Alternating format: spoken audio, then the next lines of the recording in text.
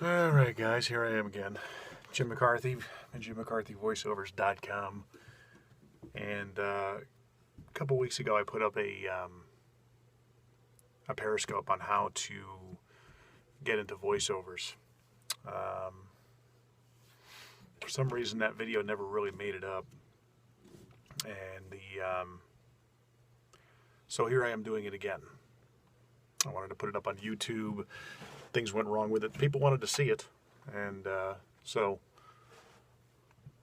I'll tell you my story about how I got into voiceovers. It starts basically back in 96, 97, went to broadcast school, and just got into radio because of broadcast school. I was able to read copy, client copy and such. I'm sorry, I'm trying to find a read client copy and also edit it. But it was back then, it was on reel-to-reel, believe it or not.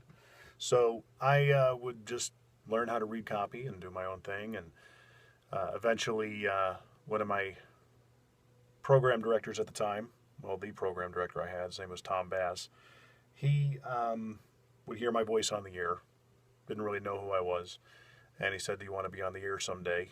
I said, "Sure." Actually, it was Matt Carey who said this. I said, someday it would be nice to be on the air. And I said, "Well, how about tonight?" And that night was my first night on the air. Only because I was the only guy left in the building doing production. Somebody had called out sick, and they needed somebody, and it literally got down to the point of, okay, who's in the building? So I was the last guy in the building.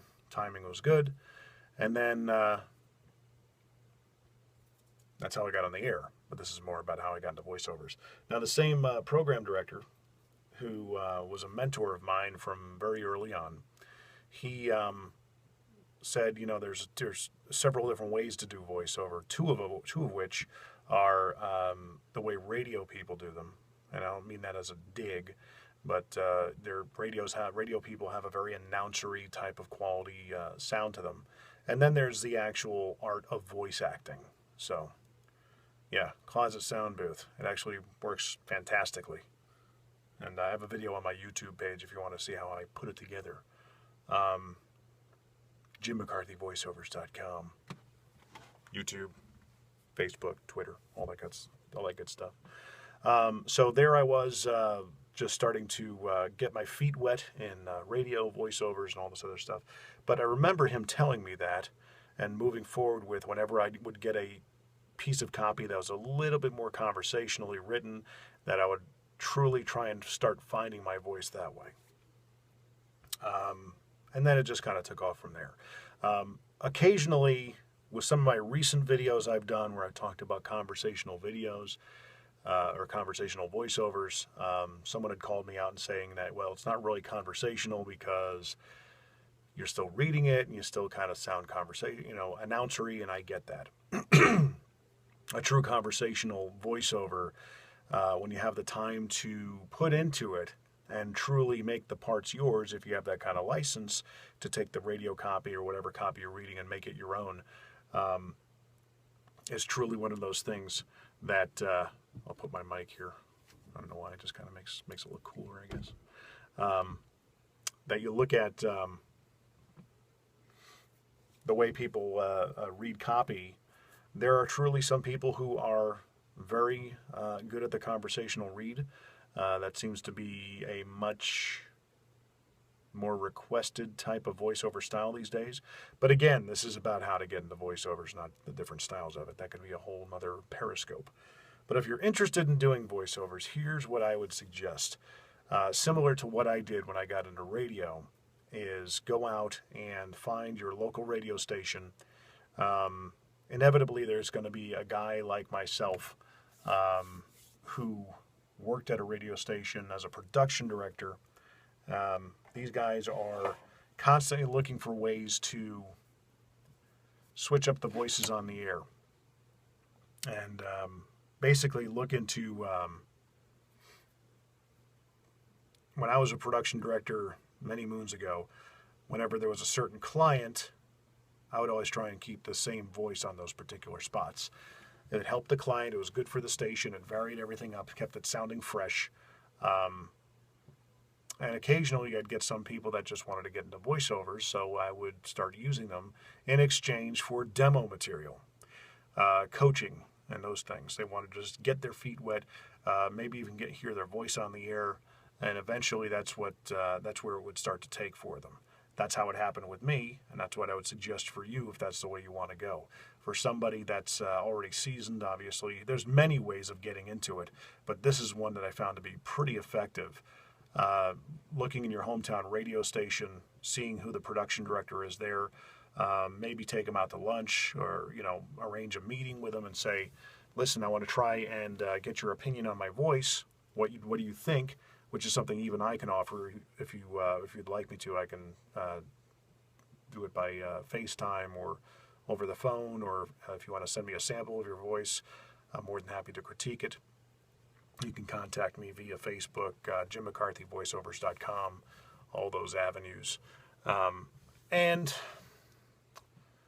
so these production directors at these radio stations are, if they're truly looking to make sure that their air, commercial stop sets sound diverse, if they hear some sort of potential in you, just say, look, I'll provide you another voice that you can use on the air. I'll read anything just to get my voice wet, so to speak. And take whatever copy you give me, read it, in exchange for you producing it and sending me a copy of the finished spot. Maybe down the road they can produce a demo for you. Or if you're savvy with audio editing like I was, you can go ahead and produce it yourself. The main thing is that, and this is kind of something going into personal branding coaching, which is another thing that I'm starting to do. A lot of voiceover people are paralyzed with the notion of not hanging their shingle until they have the absolute perfect demo ready to go. Now, my big thing is that if you have something that's something, a 60-second demo that shows off your voice and your ranges and all those other things, which you'll be able to get from a radio station if you're willing to come there on your lunches, swing by for a quick 15, 20 minutes. The production guy will, if they're any good, they'll coach you, and you just take notes and you read the copy, and hopefully later that day you'll have a finished spot in your inbox for your records. And maybe you'll even hear that spot on the air. That would be nice as well, that's not beyond the realm of possibilities at all. I did it all the time.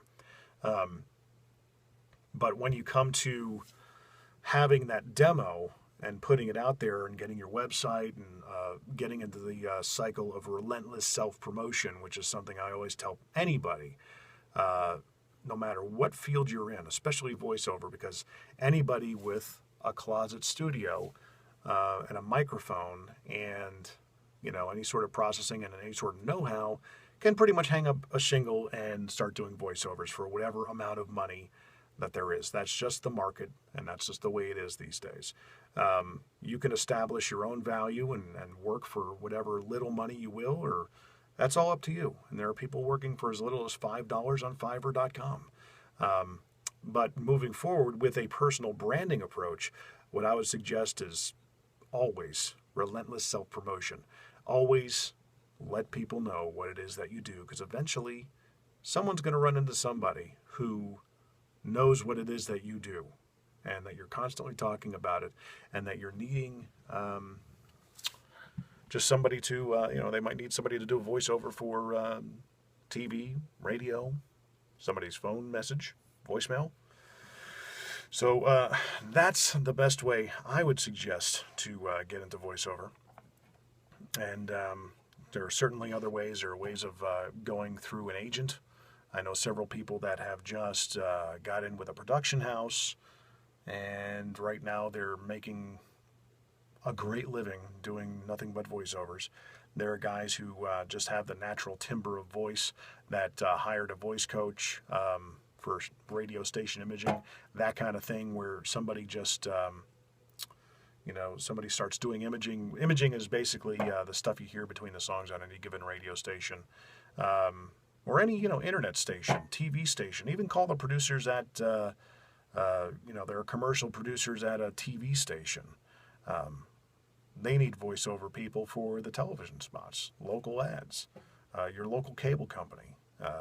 Just make yourself available, and eventually you'll find that somebody will actually start paying you for it if you start naming your price. But for the beginning, to nurture that demo and nurture that initial coaching and reading of spots and exercising your voice, because that's another thing that you'll be provided, is copy. And there are countless resources out on the internet you can find for practice copy. But at least in this case, it's copy that's going to be more than likely aired. So that's another feather in your cap. That's something that I so completely suggest, and you never know where that may turn for you, as far as maybe it leading to other work in the radio station. Radio is drastically different now than it was when I first got into it, but over time, what I found was it just, I became a lot more entrepreneurial as time went on. So if you have any questions about getting into voiceovers, let me know. You can email me at jimmccarthyvos@gmail.com, or just go to jimmccarthyvoiceovers.com. You'll be able to find any sort of contact information there, and I'm more than happy to answer any questions. Please follow me on Twitter at Jim McCarthy VOs, Facebook, and of course YouTube. Always trying to build up a subscriber base. And thanks so much for watching.